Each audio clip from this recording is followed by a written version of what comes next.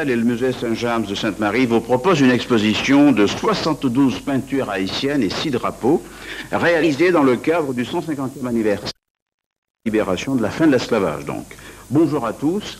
Occasion toute trouvée pour ceux d'entre vous qui ne connaissent pas encore la peinture haïtienne de la découvrir.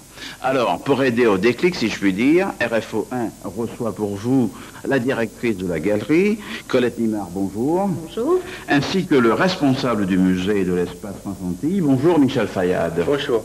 Colette, rapidement, pourquoi avoir imaginé une exposition autour du thème de la libération, de la fin de l'esclavage ?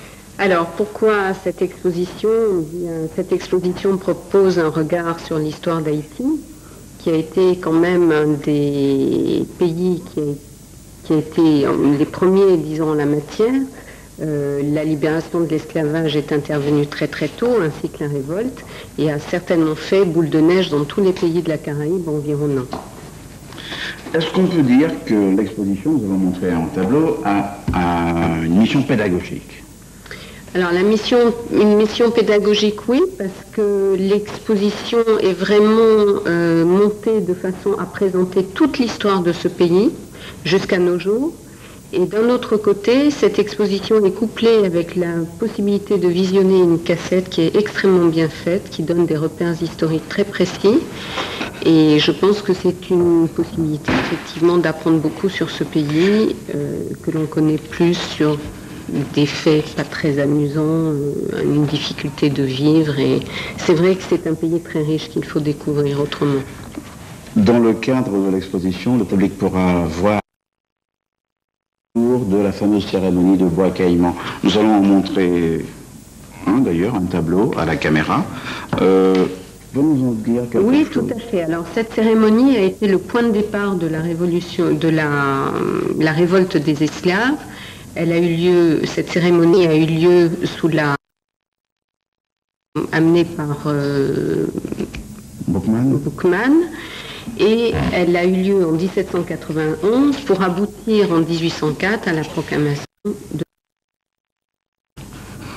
Avec Michel Fayad, alors cet espace est un véritable pôle culturel sur la côte atlantique. Comment explique-t-on un tel succès ? C'est-à-dire, c'est la rencontre entre deux entreprises privées, à savoir Françantilles et le musée du Rhum. Alors, dans l'esprit de pure, Françantilles apporte effectivement sa communication, sa médiatisation, ses cartons d'invitation, et nous, de notre côté, nous amenons notre installation, notre entretien, notre musée. Et au milieu de tout ça, disons que l'artiste est un peu libre de toutes sortes de problèmes d'intendance et donc peut se livrer complètement à son art. Alors, cette galerie est née justement de la volonté de décentraliser l'art à la Martinique, parce qu'il faut vous dire que trop souvent, on rencontre beaucoup d'activités culturelles, disons, dans le trio infernal qu'on pourrait appeler Fort-de-France, Chelchi à la Mentin, et pratiquement le Nord-Atlantique ou même le Sud, etc., qui produisent énormément de créatures, de potiers, de vanniers, de conteurs, de musiciens, n'avaient pas véritablement une vitrine pour les exposer sur place. Et donc les populations de ces communes-là étaient un petit peu...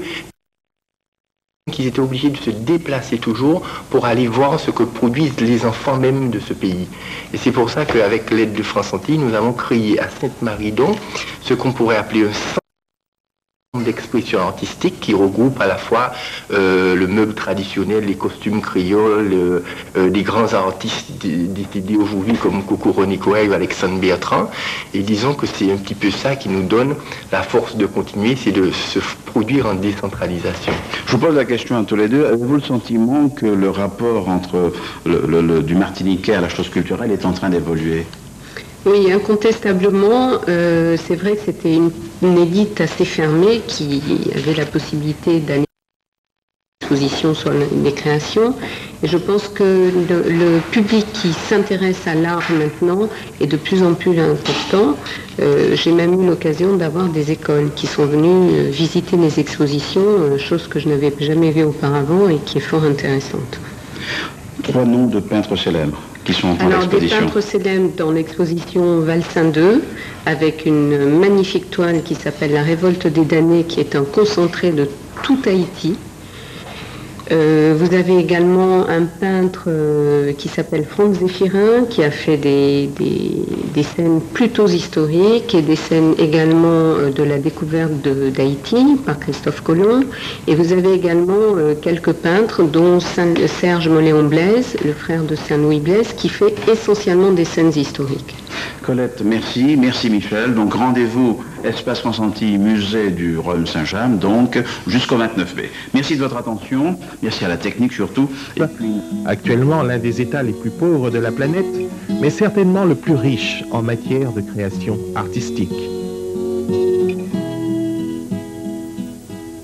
La peinture haïtienne est composée de multiples courants qui sont reconnus dans le monde entier quant à leur qualité, à leur talent de tous les peintres, et qui est reconnu dans tout le monde des arts depuis plus d'une cinquantaine d'années maintenant.